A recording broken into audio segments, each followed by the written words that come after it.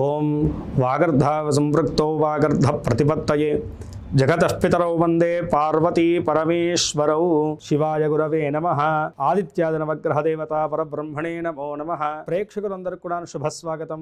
నేను మీ హరిహర శర్మ. ప్రతి నెల కూడా తెలుసుకుంటూ వస్తున్నటువంటి మాస ఫలితాల కార్యక్రమంలోనూ ఈ జూలై నెల 2026 సంవత్సరంలో మీకు ఈ నెల ఎలా ఉండబోతుంది, రాశి ఫలితాల రీత్యాను మీ రాశి వారికి కలగబోయేటువంటి అదృష్ట యోగాల గురించి, శుభయోగాల గురించి, కలగబోయేటువంటి ఇబ్బందుల గురించి ఈ యొక్క వీడియోలో సవిస్తరంగా మాట్లాడుకునేటువంటి ప్రయత్నం చేద్దాం. వాటి నుండి బయటపడేటువంటి పరిష్కార మార్గాన్ని కూడా మనం చూద్దాం. కర్కాటక రాశి వారికి ఈ జూలై రాశి ఫలితాన్ని మనం గమనించుకుంటే గనక ముందుగా వృత్తి వ్యాపార రీత్యా మనం గమనిద్దాం. వృత్తి రీత్యా గత సంవత్సరంన్నర నుంచి కూడాను కర్కాటక రాశి వారికి అస్సలు స్థితిగతులు ఏవి కూడా సరిగ్గా లేవు. ఏదో రకమైనటువంటి అన్సాటిస్ఫాక్షన్ లైఫ్ అయితే కనుక కంటిన్యూ చేస్తున్నారు. ఎందుకంటే కనుక గురువు వ్యయ స్థానంలో ఉన్నారు. మొన్నటి వరకు ఏంటంటే కనుక దానికి ముందు వరకు చూసుకుంటే కనుక అష్టమ శని ప్రభావం చేత స్ట్రగుల్ అయ్యారు. అంటే హెల్త్ రీత్యా ఇబ్బంది పడ్డారు. ఆ హెల్త్ రిలేటెడ్ ఇష్యూస్ అన్ని కూడా సార్ట్ అవుట్ కాగా నేను వృత్తిపరమైనటువంటి ఒత్తిడి అనేటువంటిది పెరగడం మీరు గమనించవచ్చు. అయితే కనుక మొన్న జూన్ 2వ తారీఖు నుంచి కూడా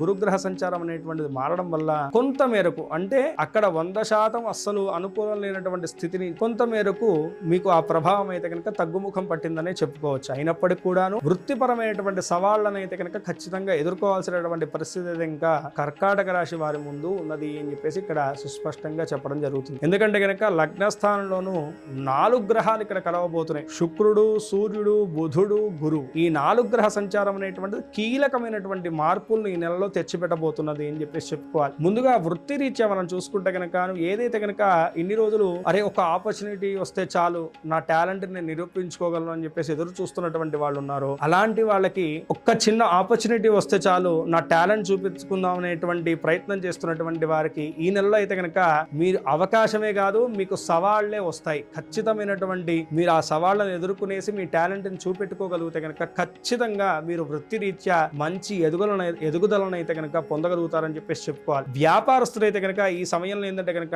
అతి ముఖ్యంగా లాస్ట్ లో వచ్చేటువంటి 3-4 వారాల్లో చేసేటువంటి లావాదేవీల్లో గానీ, షూరిటీల్లో గానీ, పెట్టుబడులలో గానీ చాలా జాగ్రత్త వహించాలండి. ఏ మాత్రము పొరపాటు స్టెప్ వేసినా సరే అది భారీ నష్టాన్ని అయితే కనుక మీకు చెవి చూడాల్సినటువంటి పరిస్థితి కనపడుతుంది. ఎందుకంటే బుధుడు వక్రించి మళ్ళీ మిథున రాశిలోకి, అంటే మీకు వ్యయ స్థానంలోకి మారడం వల్ల భారీ నష్టం వాటిల్లేటువంటి సూచనలు ఉన్నాయి. కాబట్టి వ్యాపారస్తులు లాస్ట్ వచ్చేటువంటి 3-4 వారాలు, అంటే 17వ తారీఖు తర్వాత మాత్రం చాలా జాగ్రత్త వహించాల్సిందిగా ఇక్కడ సూచనీయం. ఇక వృత్తి రీత్యా చెప్తున్నా కదండి, సవాళ్లను ఎదుర్కోవాలి, ప్రతి స్ట్రెస్ తీసుకోవాలి. ఎంత భారాన్నైనా సరేను మీరు అనుకూలంగా మార్చుకుంటేనే మీరు సర్వే అవ్వగలుగుతారు మీ యొక్క కెరియర్ వైజ్ గా అని చెప్పేసి బాగా గుర్తుంచుకోండి. ఇక విద్యార్థుల యొక్క స్థితిగతులను మనం గమనించుకుంటే గనక విద్యార్థులకు మొదటి 2 వారాలు కూడాను కొంతమేరకు అనుకూలమైనటువంటి స్థితిగతులు కనపడుతున్నాయండి. ఆఖరిన 3-4 వారాల్లో మీరు అప్లై చేసేటువంటి అప్లికేషన్స్ లో కానీ, లేదంటే కనుక పోటీ రంగ పరీక్షలు కానీ ఏవైతే కనుక మీరు ఎదుర్కోవాల్సినటువంటి ఉన్నాయో వాటిల్లో మాత్రము కొంతమేరకు అనుకూలమైనటువంటి స్థితి అయితే కనుక కనపడట్లేదు. ఇది బాగా గుర్తుంచుకోవాలి కర్కాటక రాశి వాళ్ళు. అయితే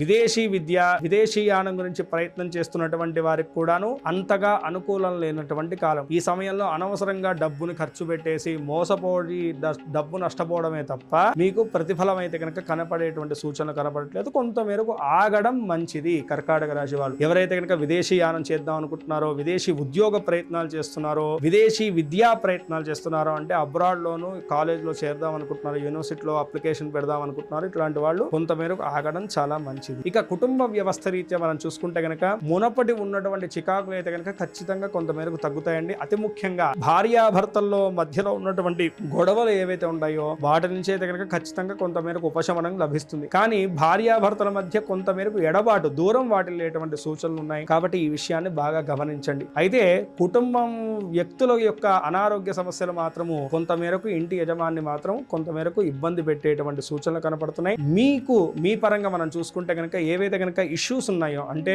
ఏదన్నా గొడవలు కానీ, ల్యాండ్ ఇష్యూస్ కానీ, లేదంటే కనుక కోర్టు ఇష్యూస్ కానీ, ఏవైతే కనుక ఆస్తి తగాదాల విషయాలు ఉన్నాయో వాటిలో కూడాను సామరస్యమైనటువంటి చర్చల వల్లను అవి ఒక కొలిక్కి వచ్చేసి మీకు అనుకూలంగా మారేటువంటి సూచనలు అయితే కనపడుతున్నాయి. ఇక ప్రేమ జీవన విషయాన్ని మనం గమనించుకుంటే కనుక మొదటి 2 వారాలు మినహాయించేసి మిగతాదంతా కూడా బాగుందండి. ఇద్దరి మధ్య ఏదైతే కనుక ఆ యొక్క కాలం ఉంటుందో, ఇద్దరు గడిపేటువంటి కాలం ఉంటుందో ఎంతో సంతోషంగా ఆహ్లాదంగా ఇద్దరు కూడాను జీవించగలుగుతారు. కానీ ఏదున్నా సరే మీ మనసులో ఉన్నటువంటి చెప్తున్నటువంటి మాట అవతల వారి మీద రుద్దకుండా సామరస్యంగా వాళ్ళకి అర్థమయ్యేట్టుగా చెప్పేటువంటి ప్రయత్నం చేయండి. తద్వారా వచ్చేటువంటి ఆ మాట పట్టింపులు కానీ దూరం కానీ కలగకుండా ఉంటాయి. ఇక ఆర్థిక వ్యవస్థ రీత్యా చూసుకుంటే కనుక ముందుగా ఆర్థిక పరంగా చూసుకుంటే కనుక అండి అంతగా అనుకూలించేటువంటి కాలం కాదు. జాగ్రత్తగా ఉండాలి రెండు విషయాలు. వచ్చేటువంటి విషయంలో మీరు సంపాదించేటువంటి విషయంలో కూడా కొత్త కోణంలో ఆలోచిస్తూ ఉండాలి. ఖర్చు పెట్టేటువంటి విషయంలో ఒకటికి 10 సార్లు ఖర్చు పెట్టాలి. ఖర్చు చేసేసిన తర్వాత బాధపడుతుంటారు, అరే ఒక్క క్షణం ఆగి ఆలోచించుంటే బాగుండేది, అనవసరంగా ఖర్చు పెట్టానే అని. ఆర్థిక వ్యవస్థ రీత్యా చూసుకుంటే మీరు పెట్టుకునేటువంటి విజన్ వేరు, మీరు పెట్టుకునేటువంటి గోల్ వేరు. అంటే ఇక్కడ నుంచి డబ్బు వస్తుందని చెప్పేసి మీరు ఆలోచిస్తూ ఉంటారు, కానీ ఆ క్షణానికి అక్కడి నుంచి రాదు. ఈ రకంగా ఆర్థిక వ్యవస్థ రీత్యా కొంతమేరకు సతమత పడేటువంటి సూచనలు అయితే కనుక క్లారిటీగా కనపడుతున్నాయండి. ఇక ఆరోగ్య రీత్యా పెద్దగా భయపడాల్సినటువంటి అవసరం లేదు. జఠర సంబంధితమైనటువంటి అనారోగ్యాలు ఉంటాయి. గురుబలం అనేటువంటిది అనుకూలంగా లేదు కాబట్టి జఠర సంబంధితమైన కనుకను గ్యాస్ట్రిక్ ట్రబుల్స్ కానీ అపెండిక్స్ కానీ మొదలైనటువంటి కడుపు సంబంధితమైనటువంటి అనారోగ్యాలతో కొంతమేరకు ఇబ్బంది పడేటువంటి సూచనలు ఉన్నాయి. ఆహార వ్యవహార విషయాల్లో తగు జాగ్రత్తలు తీసుకోవాలి. అయితే ఈ నెలలో ఏంటంటే కనుకను బంధుమిత్రాదులను బాగా కలుస్తారు. అదే విధంగా యొక్క విహారయాత్రలకు కూడా ప్లాన్ చేసుకుంటారు. ఇట్టి సమయంలో ఆ యొక్క ఆహార విషయాల్లో జాగ్రత్త తీసుకోవాలి. తగినటువంటి ఆ యొక్క మెడిసిన్ ని కూడా క్యారీ చేయడం అనేటువంటిది ఎంతో మేలు చేకూరుస్తుంది. కాబట్టి కర్కాటక రాశి వారు చూసుకుంటే కనుక కేవలం 58% మాత్రమే శుభ ఫలితాలు గోచరిస్తున్నాయి. ఈ ప్రతికూల అంశాలన్నీ కూడా అధిగమించడానికి ఈ యొక్క నెలలో ఏ యొక్క దైవారాధన చేయాలంటే కనుక ఎక్కువగా అమ్మవారి యొక్క దర్శనాన్ని చేసుకోవడం చాలా మంచిదండి. లేదంటే కనుక కాలభైరవ స్వామి వారి యొక్క దర్శనాన్ని చేసుకోవడం చాలా మంచిది. అదే విధంగాను ఒక మంగళవారం నాడు రాహుకి శుక్రగ్రహానికి తగు పూజా కార్యక్రమాలు చేసేసి దానంగా మినుములను అలాగే బొబ్బలను దానం చేయడం అనేటువంటిది కర్కాటక రాశి వారికి మేలును చేకూరుస్తుంది. ఈ రాశి వారు పై తెలిపినటువంటి చిన్నపాటి పరిష్కారాలను పాటించుకుంటూ చెప్పినటువంటి జాగ్రత్తలు వహిస్తూ చెప్పినటువంటి సూచనలు పాటిస్తూ దైవారాధన చేసుకుంటూ ఈ నెలంతా కూడాను మీరు అనుకున్నటువంటి గోల్స్ వైపు మీ అడుగులన్నీ కూడా తాపీగా కొనసాగాలని చెప్పి సుఖముతో సంతోషంతో మీ యొక్క జీవితం అనేటువంటిది కొనసాగాలని చెప్పేసి మనస్ఫూర్తిగా ఆ పరమేశ్వరుని ప్రార్థన చేసుకుంటూ స్వస్తి. సర్వే జనా సుఖినో భవంతు, లోకా సమస్తా సుఖినో భవంతు. మీలో ఎవరికన్నా మీ పర్సనల్ జాతకం తెలుసుకోవాలంటే కనుక కింద స్క్రోల్ అవుతున్నటువంటి నెంబర్ని సంప్రదించడం వల్ల నా అపాయింట్మెంట్ దొరుకుతుందండి. నేనే పర్సనల్గా మీ యొక్క జాతకాన్ని క్షుణ్ణంగా పరిశీలించి మీకున్నటువంటి దోషాలకు పరిష్కార మార్గాన్ని, యోగాలకు శుభకాలాన్ని ఖచ్చితంగా మీకు సవిస్తరంగా తెలియజేసేటువంటి ప్రయత్నాన్ని చేస్తాం. స్వస్తి.